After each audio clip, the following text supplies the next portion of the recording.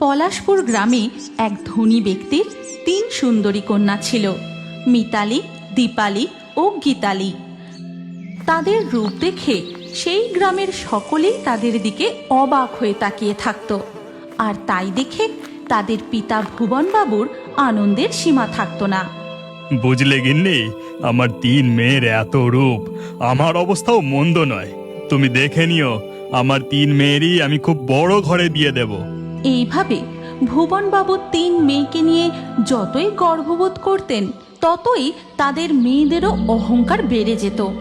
তারা সারা দিন কেবল নিজেদের রূপচর্চা নিয়েই ব্যস্ত থাকত। ভুবনবাবুর এক ভাইও ছিলেন, নাম বরুণ। সে ছিল খুবই দরিদ্র এবং অসুস্থ।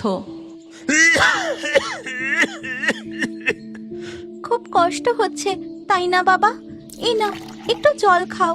তোমায় কত করে বলছি কবিরাজ মশাইকে একটা খবর দি, তুমি আমার কোনো কথাই শুনছো না। ওরে, কবিরাজ মশাইকে দিয়ে আর কিছু হবে না। তুই বরং আমার একটা কথা শোন, আমি আর বেশি দিন বাঁচবো না। আমি মরে গেলে তুই তোর জ্যাঠামশাইয়ের বাড়ি চলে যাস, সে তোকে নিশ্চয়ই ঠাঁই দেবে।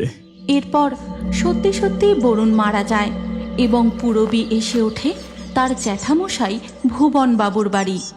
দেখো মা পুরবী, এই দুর্মূল্যের বাজারে একটা পেট তো আর শুধু শুধু চলে না, টাকা লাগে। তা তুমি আমাদের বাড়ি থাকো, ঘরের কাজকর্ম করো, সবাইকে যত্নআত্তি করো।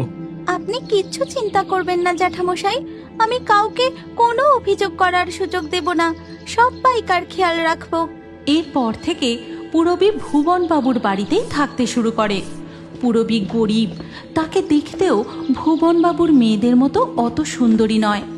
ধীরে ধীরে সে প্রায় তাদের বাড়ির কাজের লোক হয়ে ওঠে। এই নিন জ্যাঠামশাই আপনার চা। তা হ্যাঁ রে, তোর দিদিদের ঘরে সকালের খাবার দিয়েছিস তো? আর দুপুরের রান্নার জোগাড় হয়ে গেছে? হ্যাঁ জেঠিমা, আমি দিদিদের খাবার পৌঁছে দিয়েছি, আর দুপুরের রান্নার জোগাড় চলছে।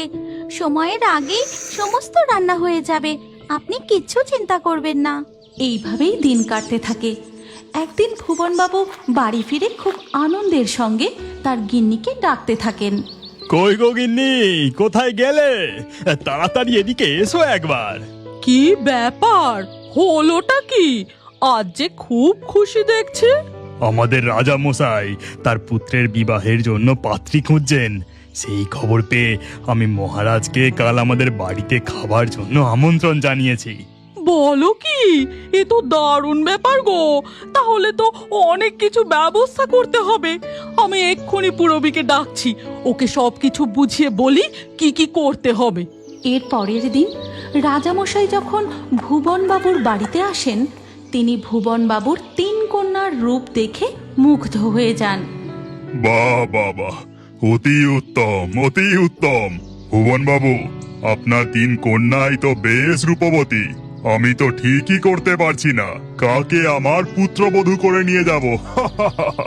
এরপর খাবারের আয়োজন করা হয়। সেখানে পুরবী এসে সমস্ত কিছু খাবার পরিবেশন করতে থাকে। পুরবী, তুই খাবারগুলো এখানে রেখে দে, তোর দিদিরাই মহারাজকে পরিবেশন করে দেবে। এই কথা শুনে পুরবী সেখান থেকে চলে যায়। এরপর খাওয়া দাওয়া হয়ে গেলে পুরবী একটি পাত্রে পান সাজিয়ে মহারাজের জন্য নিয়ে আসে। ও, মহারাজের জন্য পান এনেছিস? তা এখানে রেখে দিয়ে যা, তোর দিদিরা দিয়ে দেবে। আচ্ছা মা, পুরবী বারবার মহারাজের সামনে কেন চলে আসছে বলো তো? এটা কিন্তু আমার একদম পছন্দ হচ্ছে না। তুই একদম ঠিক কথা বলেছিস দীপালি, ও তো আমাদের ডাকলেই আমরা গিয়ে পানটা নিয়ে আসতে পারতাম। বুঝতে পারছিস না, ও ইচ্ছা করে মহারাজের সামনে আসার চেষ্টা করছে। এরপর যখন মহারাজের ফেরার সময় হয়, তখন হঠাৎ এবার তো আমাকে প্রাসাদে ফিরে যেতে হবে, কিন্তু আমার শরীরটা কেমন অসুস্থ লাগছে। সে কি মহারাজ, তাহলে আপনি আজ আমাদের বাড়িতেই বরং বিশ্রাম নিন। রাত্রিকু থাকলে আমরা বরং খুশি হব, আর আমার মেয়েরাও আপনার সেবা যত্ন করবে। মহারাজ সেই রাতের জন্য ভুবনবাবুর বাড়িতেই থেকে গেলেন। আর সন্ধে থেকেই ভুবনবাবুর মেয়েদের আচরণ লক্ষ্য করতে থাকলেন। গল্পের পরবর্তী পর্ব যদি তুমি দেখতে চাও, তাহলে কমেন্টে নেক্সট পার্ট অবশ্যই লিখো। এই গল্পটি ভালো লাগলে লাইক করে শেয়ার করে দাও।